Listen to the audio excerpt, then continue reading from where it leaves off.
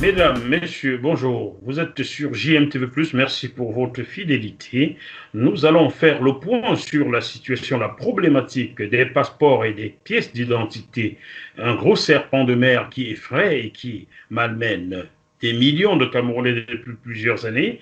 Alain Bellaté, qui est mon invité aujourd'hui, et moi-même, nous avions promis il y a un mois de faire le point chaque mois sur la situation, vous dire ce qui a été fait, ce qui a été promis, ce qui devrait être fait, ce qui sera peut-être un jour fait. Bonjour Alain Bellaté. Bonjour Jacques Moifo, bonjour aux téléspectateurs de JMTV+, bonjour aux compatriotes du Cameroun, bonjour à la diaspora, et bonjour au monde entier. Alors Alain Bellaté, nous sommes le 11 février 2021, jour de la fête dite de la jeunesse, cette jeunesse éternellement au chômage au Cameroun et délaissée à elle-même. Comment vous la vivez aujourd'hui? C'est la fête et je veux souhaiter une bonne fête bonne fête de la jeunesse à tous mes compatriotes, à tous les Africains, tout le monde entier. C'est important de la célébrer pour nous parce que quoi qu'il arrive, nous restons jeunes, nous sommes jeunes et nous remercions le bon Dieu d'être parmi les vivants qu'il a choisis aujourd'hui parce que d'aucuns sont partis hier soir, ce matin, ce midi, et nous sommes les élus du peuple, du Dieu. Nous sommes les élus de Dieu pour un jour de plus et nous rendons grâce. Parlant de ceux qui sont partis, oui, nous avons eu le malheur de perdre quelqu'un que vous et moi connaissons, Claude Bernard Tiani Changa, qui est décédé le samedi 6 février ici à Paris. Son corps arrivera au Cameroun avec son épouse, ses enfants peut-être. J'espère que vous lui réserverez un bel accueil et qu'il sera inhumé dans la dignité. Voilà. On pense fort à toute la famille. C'était un aîné que je côtoyais à distance de temps en temps, mais pas très proche. Un très bon ami à mon frère, Alain Dika. Voilà comment je l'ai rencontré quelques fois. Mais c'était quelqu'un de bien.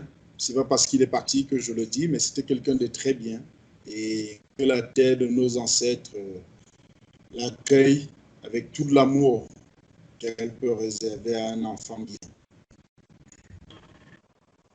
Très bien. Ceci dit, Alain Bellaté, nous sommes donc le 11 février 2021. Voici un mois que nous avions eu une énième émission sur la problématique des pièces d'identité au Cameroun, des passeports. Des Camerounais doivent monnayer pour avoir une pièce d'identité au Cameroun. Nous avons reçu pas mal de récépissés, surtout des passeports dans la diaspora que je vous ai adressés. Où en sont les choses? Quel bilan pouvez-vous nous dresser sur ce mois passé? Le passeport de M. Ndefo est parti dans le bordereau 347 du 5 février 2021 à Paris. Le passeport de M. Bakina est parti dans le bordereau 307 pour Paris. Le passeport de M.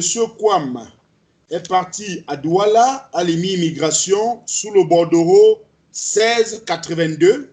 Le seul passeport qui reste en attente, c'est celui de M. Chengwe Kongchu. Pourquoi? Parce qu'on a un problème de vérif d'identité. Et je compte passer mercredi pour en savoir plus sur ce problème de vérification d'identité. Parce que, vous savez, souvent d'autres pensent qu'en passant leur carte de séjour et leur frère essaye de faire un passeport, il réussira à entrer. Il oublie que la carte de séjour a un système biométrique maintenant. Et ça ne passera jamais.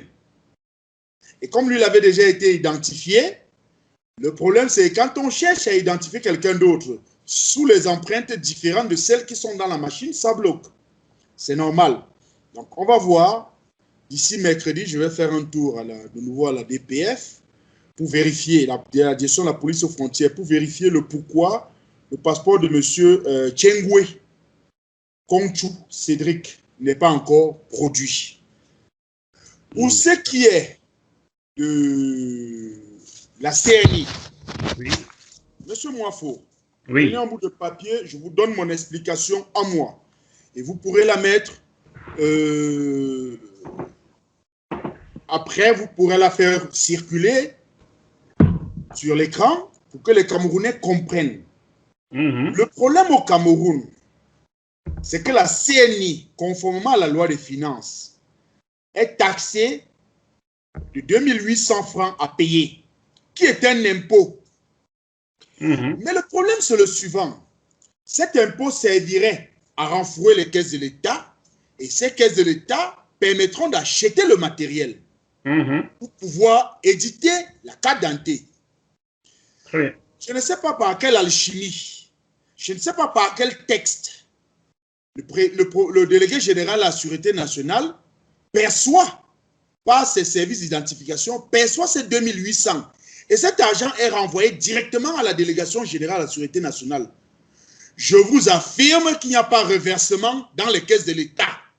Parce qu'il n'y a pas... Vous me le confirmez une fois de plus, monsieur Bagangele. Ces services recevront les 2800 au détriment du Trésor public national. Voilà. Vous payez les 2800 francs à l'officier ou le commissaire qui gère l'identification en espèces. Et après, il fait un partage. C'est en espèces. Après, il fait un partage qu'il renvoie à la délégation générale. Cet argent n'est jamais reversé puisque je suis allé un peu fouiner aux impôts. L'argent n'est jamais reversé. C'est un impôt. C'est dans le code, c'est dans la loi des finances. Tout le monde peut le voir. C'est comme les 75 000 du passeport. C'est dans la loi des finances. Imaginez-vous qu'il percevait cet argent. Il y a un régisseur dans tous les points d'identification de passeport. Mais il n'y a pas un régisseur dans les postes d'identification de la CNI. Le régisseur, c'est l'officier de police judiciaire ou le commissaire qui reçoit les dossiers. C'est lui qui vise les récépissés. C'est lui qui perçoit les 2800. Sur quelle base? Sur quel texte? Et cet argent est remonté à la délégation générale de la Sûreté nationale. Malheureusement, aujourd'hui, on veut nous faire croire que les finances ne payent pas les factures de la DGSN. Je suis désolé, monsieur le délégué général. Vous avez envoyé le secrétaire général, le commissaire divisionnaire Mbaya, venir nous raconter toute une sorcellerie. Les Camerounais sont des faussaires. Mais attendez, expliquez-nous où vont les 2800 depuis que vous êtes délégué général de la Sûreté nationale. Dites-nous où il va ça là. Montrez-nous une seule trace de reversement dans les caisses de l'État. L'État, ce n'est pas vous. L'État, c'est nous tous. Et nous savons qui est chargé de collecter les impôts. Monsieur Jackie Moifo, cher téléspectateur de GMTV+, vous prenez une calculatrice, je vous le donne. Vous calculez 2800. Les Camerounais à l'âge de faire la CNI sont au-delà de 10 millions. Nous sommes au-delà même de 17 millions selon les archives. Nous sommes au-delà de 17 millions. Selon les statistiques plutôt. Les statistiques. Alors, vous prenez 10 millions de personnes qui iront faire la carte d'identité. 2800, c'est 28 milliards que ces gens encaissent. C'est 28 milliards, monsieur Moifo, qu'ils encaissent illégalement. Illégalement, c'est des prédateurs. Voilà le vrai mot. C'est des prédateurs des caisses de l'État. Alors, Alain Belletti, j'aimerais bien pouvoir entrer en contact avec monsieur Martin Bagangele. Lorsque moi, je peux vous donner le numéro de son secrétariat. Je n'ai pas son portable. D'accord. Lorsque quelqu'un est mis en accusation, on doit l'interpeller, qu'il s'explique, qu'il donne son point de vue. Là, c'est assez grave. Ça veut dire que ceux qui sont en prison accusés de détournement devraient recevoir d'autres détourneurs de fonds publics, si je vous comprends bien. Monsieur Moifo. Oui. La plaie est plus grande qu'on ne l'imagine. Et les ministres incriminés souvent ne sont pas les ministres les plus dangereux. Parce que moi je vous dis, ça c'est mon point de vue. Un haut responsable de la DGSN m'a reçu pour me dire un jour, le ministre des Finances ne paye pas nos factures. Je lui ai posé la question, mais d'accord, il ne paye pas vos factures. Vous pouvez me dire où vont les 2800 de la CNI? Il dit, mais c'est l'argent de la DGSN. Mais attendez, vous me faites rigoler. Je lui ai dit, vous me faites rigoler. C'est dans la loi des finances. Ce n'est pas l'argent de la DGSN. Arrêtez de tenter de salir le ministre des Finances. Il fait bien son travail. Moi, pour ce qui me concerne, moi je vous dis, hein, vous me connaissez, je n'ai pas la langue, je ne garde pas ma langue. Paul Motazé, pour le moment, fait le job. Il fait le job. Il faut qu'on arrête de penser qu'on va appeler certaines personnes qui ont le verbe facile dans les médias pour aller salir tout le monde. Je demande aujourd'hui, si nous sommes un pays sérieux, si nous sommes un pays de droit, je demande au président de la République de mettre une enquête, CONAC, Consupe et les services de gendarmerie, parce que la police était impliquée, on ne peut pas les mêler dedans. La gendarmerie, pour enquêter sur la CNI, vous allez voir, c'est un scandale terrible, terrible, monsieur Moifo. Si ce n'était que ça, monsieur Moifo. Je vous ai envoyé récemment la vidéo que j'ai pu récupérer en Guayaquil. Tout à fait, les passeports ramassés qui se retrouvent dans la rue, on ne sait pas. Est-ce que vous avez pu identifier l'officier de police dont on a trouvé le badge dans ces passeports-là? Monsieur Moifo, oui. Ils disent être en enquête parce qu'on leur a remis tout. D'accord? Oui. Ils ont essayé de se justifier en nous laissant penser que la voiture a été cambriolée au niveau de la morgue. Moi, j'ai quelques questions pour ces bandes de personnes qui nous prennent pour des idiots. D'accord? Première question. Que faisaient les passeports produits à la DGSN dont le circuit de distribution est connu dans le véhicule d'un individu et même un véhicule de service à la morgue? Que faisaient les passeports? À la morgue? À la morgue? À la morgue, parce qu'il a essayé de se justifier. Le gang, moi je dis, j'assume mes mots, Jacques Moifo. Le gang Jean-Louis Messing ont essayé de se justifier en disant que les passeports avaient été cambriolés dans la voiture d'un jeune officier de police judiciaire. Ma question est simple. Ces passeports faisaient quoi dans ce véhicule à la morgue? Quand on connaît le circuit de production, d'acheminement, laissez-moi finir, circuit de production, d'acheminement des passeports. Première question. Deuxième question. Considérons même que ce sont des passeports qui ont été cambriolés dans un véhicule qui devait suivre la voie d'acheminement. Considérons cela. J'ai quelques questions à leur donner. Que faisaient les passeports produits en 2019? Ça peut pas être le même bordereau que celui produit en 2021. Qu'est-ce que ça faisait dans le sac? Que non. Qu'est-ce que faisaient les passeports de mars, de février? S'il vous plaît, celui d'avril. Les passeports qui étaient dans ce sac d'avril, dans cette caisse, dans ce carton, d'avril 2020. Avril 2020. Avril 2020. Les passeports possédaient encore la fiche de transmission, la fiche de production, la fiche de production, c'est-à-dire quand on produit les passeports, c'est une instruction du directeur général de la police, du directeur de la police aux frontières, qui va à l'impression. Et quand elle sort de l'impression, elle sort avec cette fiche qui devrait être retirée et classée aux archives de la police aux frontières. Non, ceux d'avril 2020 avaient cette fiche encore avec elle. Ça veut dire quoi? Il y avait ceux d'avril, il y avait ceux de juin, il y avait ceux de juillet. En fait, c'était une centaine de passeports. Ça veut dire quoi, monsieur Moifo? Ça veut dire que les passeports qu'on a retrouvés là, c'est des personnes qui ont vu JMTV+, ils ont vu les émissions que vous avez faites, oui, et ont décidé de ne plus verser le moindre centime sur l'avance, parce que sur certains passeports, il était écrit « Reste à payer 300 000, reste à payer 200 000. » Oui, monsieur Moifo. Oh. Oui, monsieur Moifo. Oh, Cameroun. Oui, oui, monsieur Moifo. Donc, c'est les personnes qui ont refusé de payer le reste d'argent. Et l'officier en a eu marre. Il a oublié qu'il avait mis sa carte professionnelle dans ce carton. Il est allé jeter le carton. Il a jeté les passeports des Camerounais. Tous les passeports. Pourquoi? Parce que quand vous allez faire votre réclamation, on va vous dire que le passeport a été retiré. D'accord? Vous devrez refaire une demande. Voilà le niveau de banditisme. Je dis bien, j'assume mes mots, monsieur Moifo. Voilà le niveau de banditisme qu'il y a à la police aux frontières. Et quand je vous le dis, laissez-moi quand même apporter quelques précisions. Tout le monde n'est pas bandit à la police aux frontières. Non. Non. Il y a des éléments, il y a des agents qui travaillent très bien là-bas. Je dis bien très bien, mais qui n'ont pas la signature, il faut préciser. celui qui a la signature, excusez-moi, c'est le chef de gang. J'assume mes mots.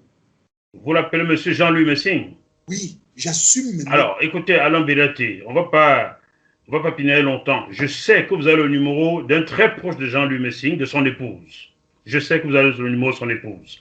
Si vous n'avez pas celui de M. Jean-Louis Messing, faites parvenir cette émission à son épouse. Je veux parler à M. Jean-Louis Messing. S'il se défile, c'est qu'il a quelque chose à se reprocher. M. Jean-Louis Messing, j'aimerais vous recevoir en émission par visio et que vous donniez votre point, votre version, que vous nous expliquiez pourquoi les passeports des Camerounais dont vous avez la responsabilité se sont retrouvés dans la rue. Pourquoi les Camerounais ne rentrent pas en possession de leur passeport alors qu'ils ont payé la somme qui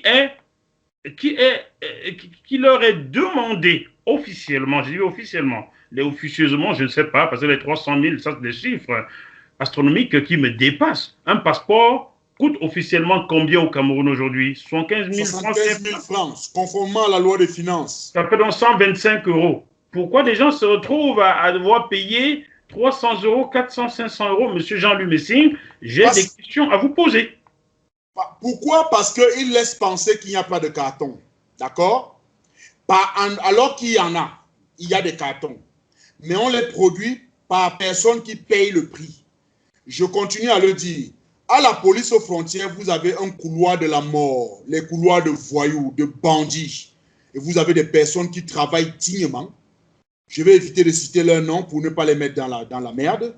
Vous avez des dames, vous avez des messieurs qui travaillent dignement là-bas, à la police aux frontières, qui méritent beaucoup de respect des Camerounais. Mais vous avez un petit couloir de quelques voyous.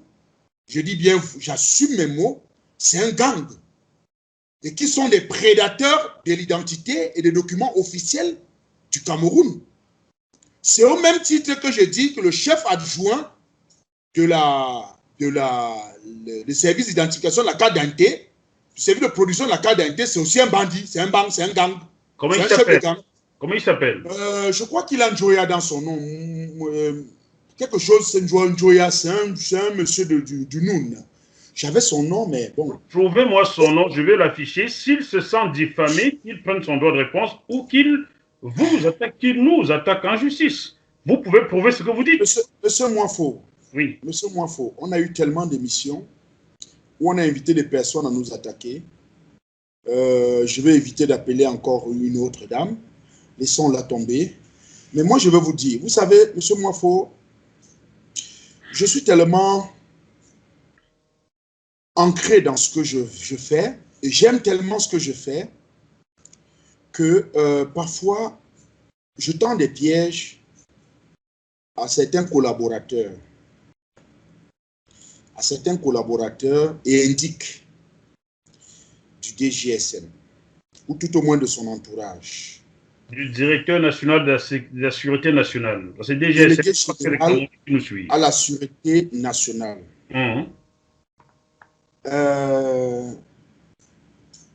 Il y a quelques mois,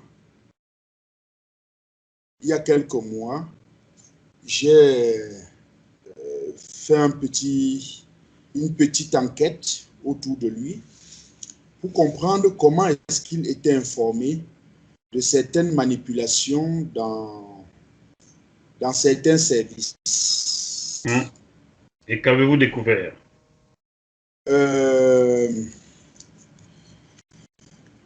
J'ai découvert quelque chose d'un peu pathétique.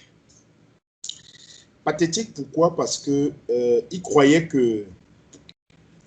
mener à bien une enquête, bref, une information qu'il transmettait, mais il ne savait pas que moi j'étais là pour les piller, lui. Il ne le savait pas. Et qu'est-ce que vous avez découvert? J'attends la chute. Je suis impatient. Ce jeune inspecteur de police dont je vais devoir vous nommer, il est en service à l'IMI-immigration du centre. Je l'ai prise dans mon véhicule. J'étais garé, mais comme j'avais déjà l'information qu'il vient de sortir, il va prendre le taxi pour Mimboman. J'ai fait le gentil pour le déposer et croyez-moi, Dans la voiture, j'ai engagé la conversation pour que lui-même se livre, à ce qu'il essaye de savoir faire, ne sachant pas qu'il avait affaire à un homme qui était prêt dans ce domaine. Et quand je dis que je suis prêt dans ce domaine. Je ne suis pas peut-être. Je l'ai identifié. Lipe Anyambala. Anyambala. La consonance des noms que vous donnez vient toujours de la même région. Hein? On dirait qu'il n'y a que ces gens-là qui savent travailler au Cameroun. Il s'appelle Lipe Anyambala. A-N-Y-A Mbala, B-A-2-L-A. Il est en service à l'EMI-immigration du centre. Quand je l'ai pris dans mon véhicule, c'est exprès que j'ai engagé la conversation afin qu'il fasse ce qu'il essaye de faire. Tout au moins, il apprend encore le travail. Il est inspecteur de police et peut-être il gravira les échelons parce qu'il va aller faire le petit Congossa. Il a tout de suite appelé le SP du délégué général. Le SP signifie quoi? Je n'ai jamais travaillé dans l'administration. Secrétaire particulier, c'est mieux. Oui. De qui? Du délégué général. Le commissaire Ngele Isidore. Il a appelé pour lui dire, je suis entré dans la voiture d'un certain tel qui a M. Belater. Voilà ce qu'il disait, voilà ce qu'il disait. Il ne sait pas que moi, je l'ai fait exprès. Je l'ai fait exprès pour l'induire en erreur et pour leur montrer qu'ils sont tellement petits en matière de renseignement que quand il a appelé le commissaire m'a appelé pour me dire, mais monsieur Belater, on n'a pas fait la paix avec vous pour que vous commencez maintenant à dire que vous allez appeler pour passer dans des émissions, machin. Je lui ai dit, vous voyez comment vous êtes petit. Je voulais savoir qui vous informe à l'immigration du centre. Il est tombé en plein dedans, dans ma voiture. Et c'est moi qui le déposais. Je l'ai déposé à Monte-Cavo. Aussi bête qu'il est, il s'est livré à ce qu'il ne sait pas faire. Tout ce que je lui ai dit, c'était juste comme ça pour voir ce qu'il ira faire. Il est tombé dans mon piège. Je voulais savoir qui informe le délégué général de l'immigration du centre, parce que je savais qu'il y a quelqu'un qui donne des informations là-bas. Ils sont deux. J'ai identifié un, l'autre, je l'ai identifié, mais je n'ai pas encore la certitude. Alors je me suis mis à rigoler. Parce que des fois, je me demande, mais ces responsables, ils ne se disent pas que le renseignement, c'est la population. Ce n'est pas la police. Hein. Le bon renseignement, c'est la population. C'est nous. Bien. Restons sur les pièces d'identité des Camerounais. Vous avez évoqué les passeports. Les CNI des Camerounais, vous avez aussi reçu des reçus de CNI qui, depuis 2 ans, attendent. Vous en avez reçu, je vous en ai envoyé, je crois. Oui, vous m'avez envoyé, mais elles ont été presque toutes produites. Hein. Je vais vous donner quelques noms. Presque tout ce que vous m'avez balancé a été produit. Oui. Ça, je vous rassure. Je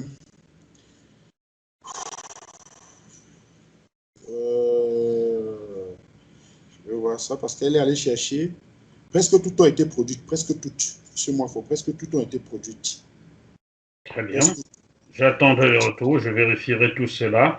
Je ne suis pas là pour faire la police ou la justice, mais un journaliste ne devrait pas passer son temps à lutter avec un homme de la société civile ou de la CONAC. Kobe a été produit. Pardon? Kobe a été produit. Oui. Il y a encore qui a été... Tsangnan a été produit. Oui. Makuat a été produit. Makuat et Kamdem, ça? Ngos, oui, Ngos a été produit. Il en reste 4.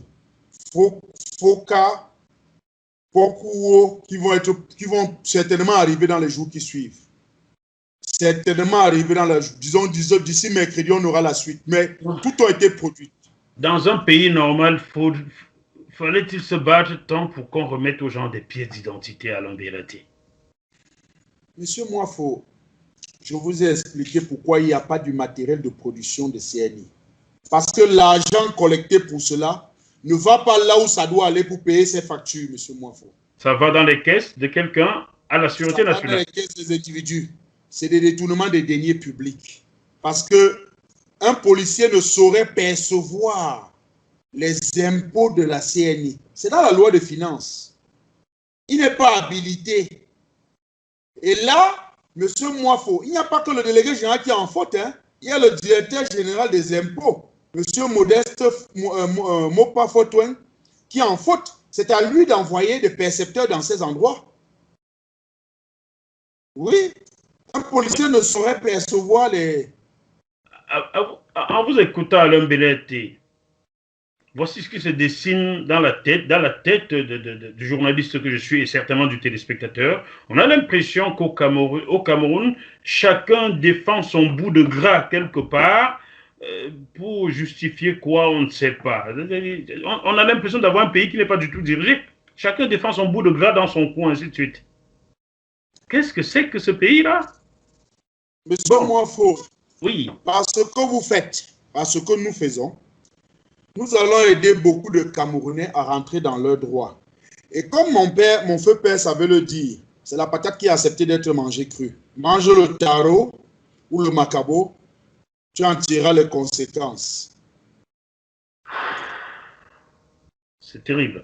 Alors, Alain Belletti, je vais vous le dire, vous ne le saviez pas, nous sommes le 11 février 2021. Hier, donc 24 heures en amont, presque à la même heure, un très haut gradé du Cameroun m'a appelé, me disant qu'il a regardé les émissions, un très haut gradé, hein, vraiment quelqu'un que tu connais, je donnerai son nom en off, il a regardé les émissions sur les pièces d'identité. Je critique le Cameroun en disant que les pièces d'identité, les passeports, quoi que ce soit, on a vu la CHAN passer, je n'ai pas dit un seul mot sur la CHAN.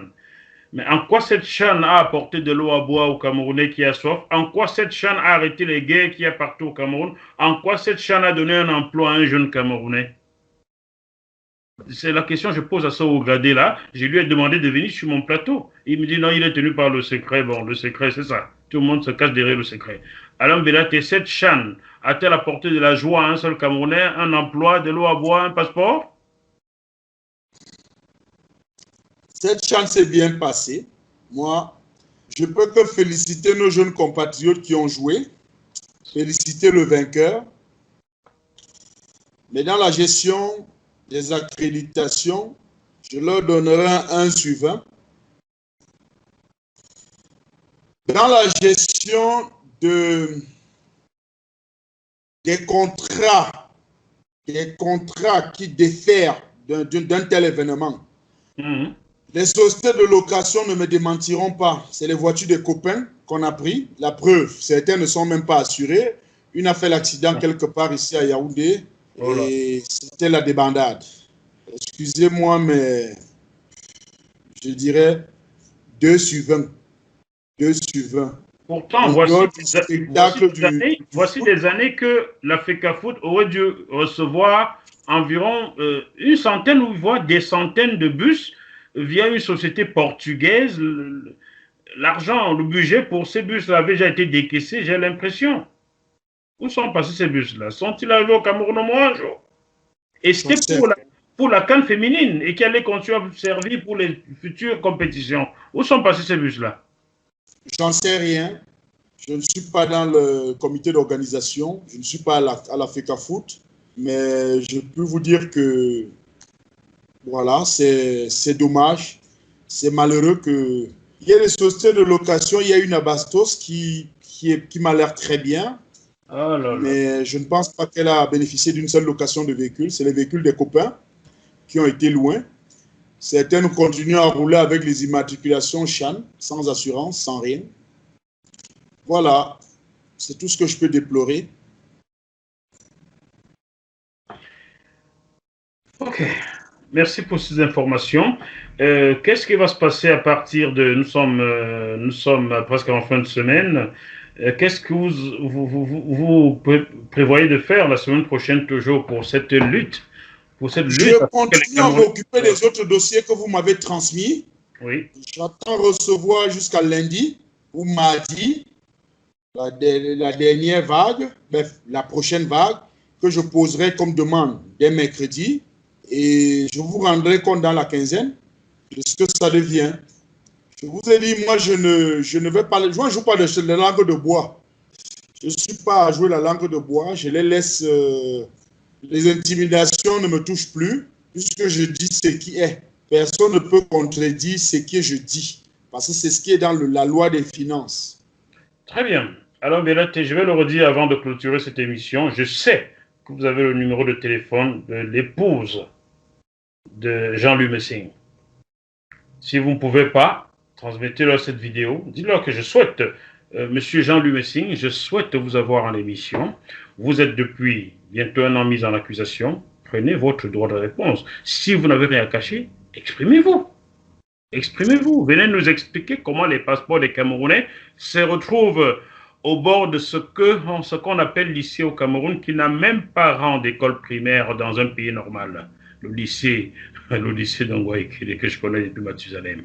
Venez nous expliquer comment cela arrive. Venez nous expliquer ces annotations qu'il y avait à l'intérieur restent à payer 300 000 francs. Venez, Jean-Louis Messing. Peut-être vous ne le saviez pas. Venez nous dire que vous ne le saviez pas. Nous voudrons avoir votre version. Voilà, chacun a droit à la parole sur JMTV+. Même celui qui est en enfer a droit à la parole, à condition de répondre à nos questions. Voilà. Je suis difficilement combattable sur la vérité. Pourquoi? Sur ce domaine de passeport et de l'identité, j'ai fait tout ce qu'il fallait faire pour ne jamais être combattu dessus. Je leur ai donné 2 adresses, 2 centres commerciaux des passeports.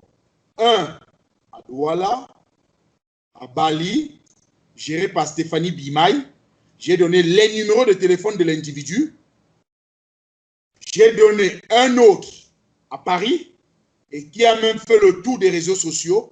Je suis désolé, personne ne peut venir me faire parler. Je dis, je ne changerai pas d'épaule, mon fusil d'épaule. Jamais.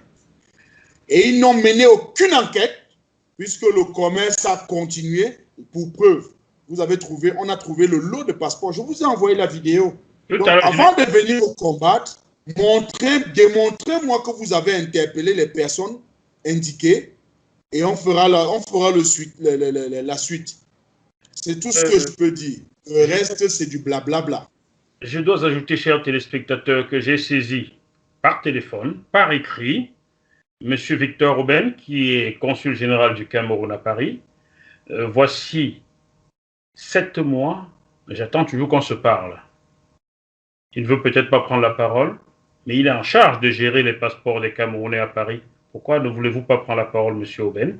Je vais encore vous envoyer cette vidéo. Je souhaite vous avoir en interview, M. Aubaine, que vous nous expliquiez comment une boutique a pu prospérer à proximité de l'ambassade du Cameroun à Paris et continue jusqu'à aujourd'hui de monnayer l'obtention d'un passeport aux Camerounais ou aux anciens Camerounais.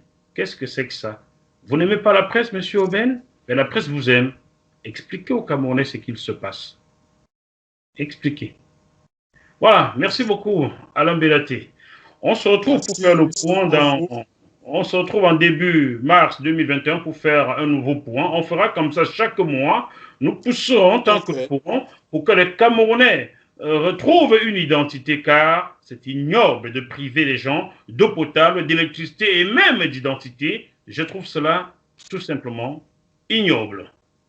Chers téléspectateurs, j'espère que ce bout de programme nous aidera tous. Gardons quand même la banane malgré la situation extrêmement difficile. À très bientôt. Bye bye. Bye bye. Je demande à JMTV+, de continuer à faire ce travail extrêmement important, de recueillir les informations, de les recueillir avec esprit critique, pour ensuite les diffuser comme elle le fait, afin que les esprits s'éveillent, que les consciences s'ouvrent davantage et que les actes suivent.